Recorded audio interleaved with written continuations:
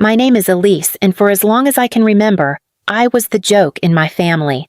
The background noise to my siblings' standing ovations. My sister Harper was the pride of the family, the overachieving Ivy League-bound golden child. My brother Nathan was the tech genius, the young entrepreneur with a trust fund's worth of attention and praise.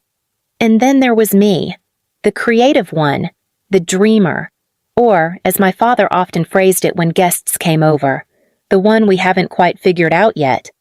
Growing up, family gatherings weren't just dinners, they were full-on performance reviews. Report cards were passed around the table like trophies. Achievements were celebrated with speeches and toasts. When Harper got into Yale, my parents printed banners.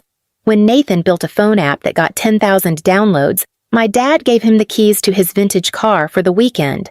When I painted a mural on the wall of my high school that won a statewide award, they didn't even come to the event. But nothing hurt more than that one New Year's Eve dinner when I was just 19. We were gathered at my uncle's massive house. Chandeliers, fine wine, all of it. Every year, my uncle would hand out gag awards for fun.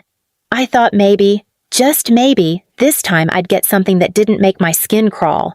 Harper received most likely to become a senator. Nathan got most likely to buy us all a yacht. Then my uncle held up mine, chuckling, and read aloud, most likely to move back in and ask for rent money. My father howled with laughter. My mother literally clapped. My cousins wheezed, and someone actually muttered, "That one's too accurate." It stung in a way I didn't even have words for back then. My heart sank, but I smiled. That's what I'd been trained to do. Smile. Take the joke. Swallow the humiliation like lukewarm champagne. They had no idea that joke would burn itself into my bones. I went to my room that night and stared at myself in the mirror. Red eyes, silent tears, and a whisper in my own head I hadn't heard before. You have to get out. You have to become something. The next few years were like walking uphill with a mountain on my back. I dropped out of college after 2 years. I couldn't afford it anymore, and my parents refused to co-sign any loans. We already spent enough on Harper's law school, my mother said flatly while stirring her tea. My father chimed in, "Let's be honest, Elise. Art degrees don't feed you." So I fed myself. I picked up every gig I could find. I was a part-time barista by morning, a freelance graphic designer by night, and in between shifts, I painted. On walls, on canvases, on glass, on furniture, on anything that would take paint and emotion and turn it into rent. My first apartment was barely bigger than a closet. The windows didn't open. I couldn't afford real groceries most weeks, but it was mine, my space, my rules. When I sent a photo of my first rented studio to the family group chat, no one responded, not even a thumbs up. But 2 hours later, I saw my mother post a picture of Harper in front of a courthouse with the caption, "So proud of our girl making real moves." It wasn't just being ignored, it was being invisible. The turning point came when one of my murals, painted on the side of a quiet little bookstore downtown, went viral. A woman took a photo of it and tweeted, "Whoever painted this understands heartbreak in color." That tweet racked up over 150,000 likes overnight. Suddenly, people wanted to know who I was. My Instagram exploded. Commissions came in faster than I could keep up. Still, I said nothing to my parents. I hadn't heard from them in nearly a year. I guess they thought I was still floundering somewhere, waiting for someone to come rescue me. But I wasn't drowning. I was quietly building an empire. By the time I was 25, I'd licensed artwork to 5 companies, had 3 solo exhibitions, and owned the building my studio was in.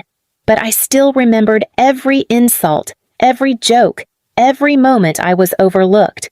Especially the day my mother had looked me in the eye and said, "Not everyone is meant to shine, Elise, and that's okay." No, Mom, it wasn't okay. Because now, I wasn't just shining, I was blinding. My revenge didn't come with shouting matches or dramatic confrontations. It came in silence, in subtle power shifts, in building a world so elevated they couldn't reach me anymore, only watch. After the mural went viral, I made it a point never to forget where I started. I painted emotions, Raw, messy, honest emotions. Loss, rejection, worthlessness.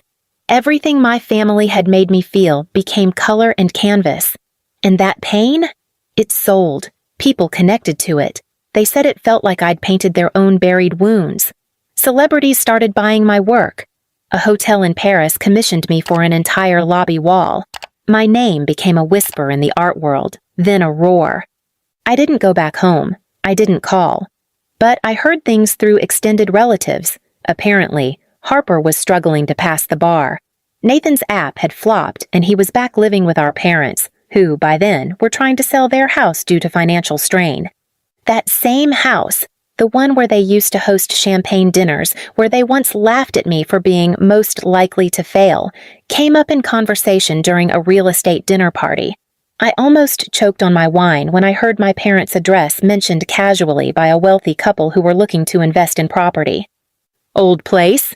Gorgeous bones. Needs a buyer who sees potential. Their realtor said.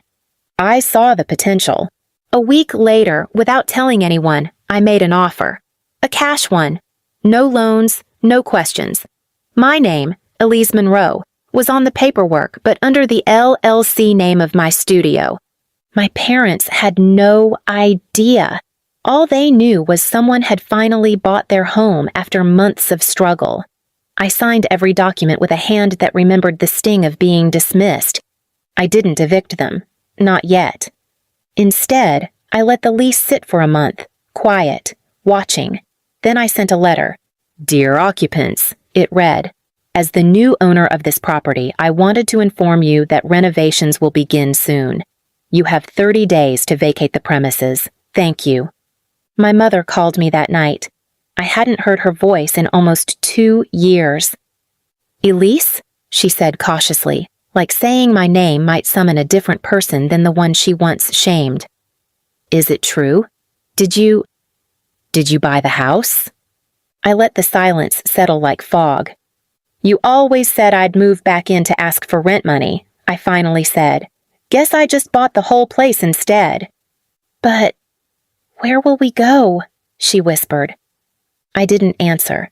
The next month, I watched from across the street as moving trucks hauled their lives into cardboard boxes.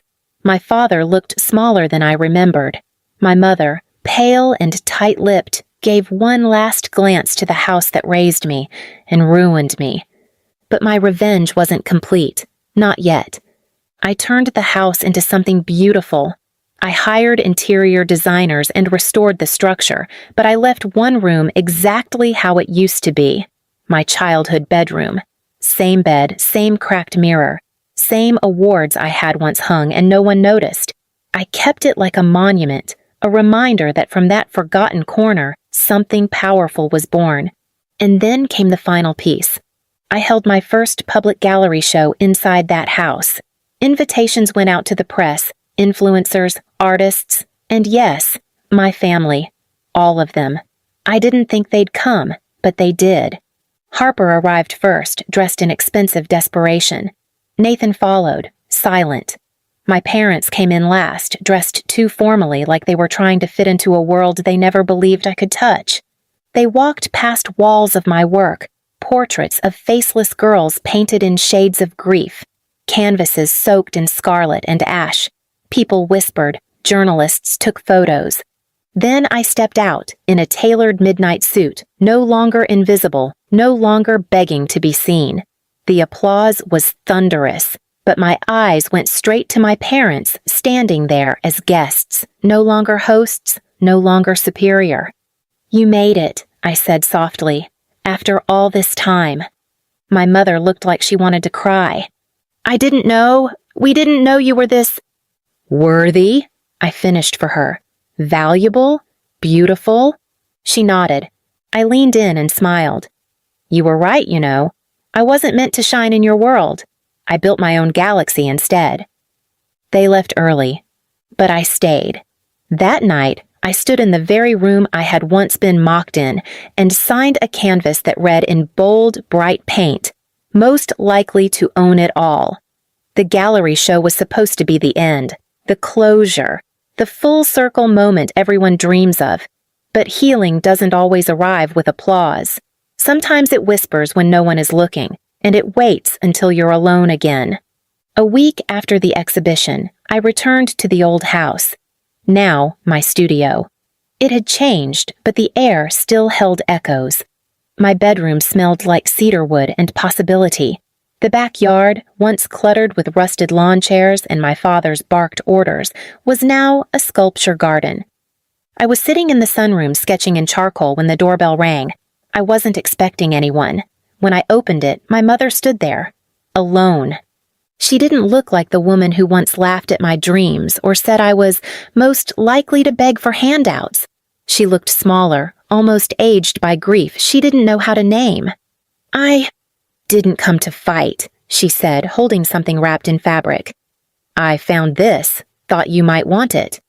It was my 4th grade art ribbon, the one I won for a crayon drawing titled Invisible Girl Under the Sun. I hadn't seen it since I was 12. They'd tossed it in a drawer, called it cute once, and never mentioned it again. I took it from her hands, slowly. "Why now?" I asked. My mother swallowed. "Because I don't know who I am without you, without this house, without someone to blame. And because," she paused, "I read the quote on your last painting." She was talking about the centerpiece of the gallery, the one that made people cry. A painting of a girl standing in a storm, her spine made of glass, her hands open to the sky. Beneath it, I had written, "I was not built for your approval. I was born for my own peace." My mother's voice cracked. I think I finally understand what that means. I didn't hug her. I didn't cry. But I didn't slam the door either. I simply nodded and said, "Understanding comes late sometimes. But at least it comes." That night, I sat on the back porch alone.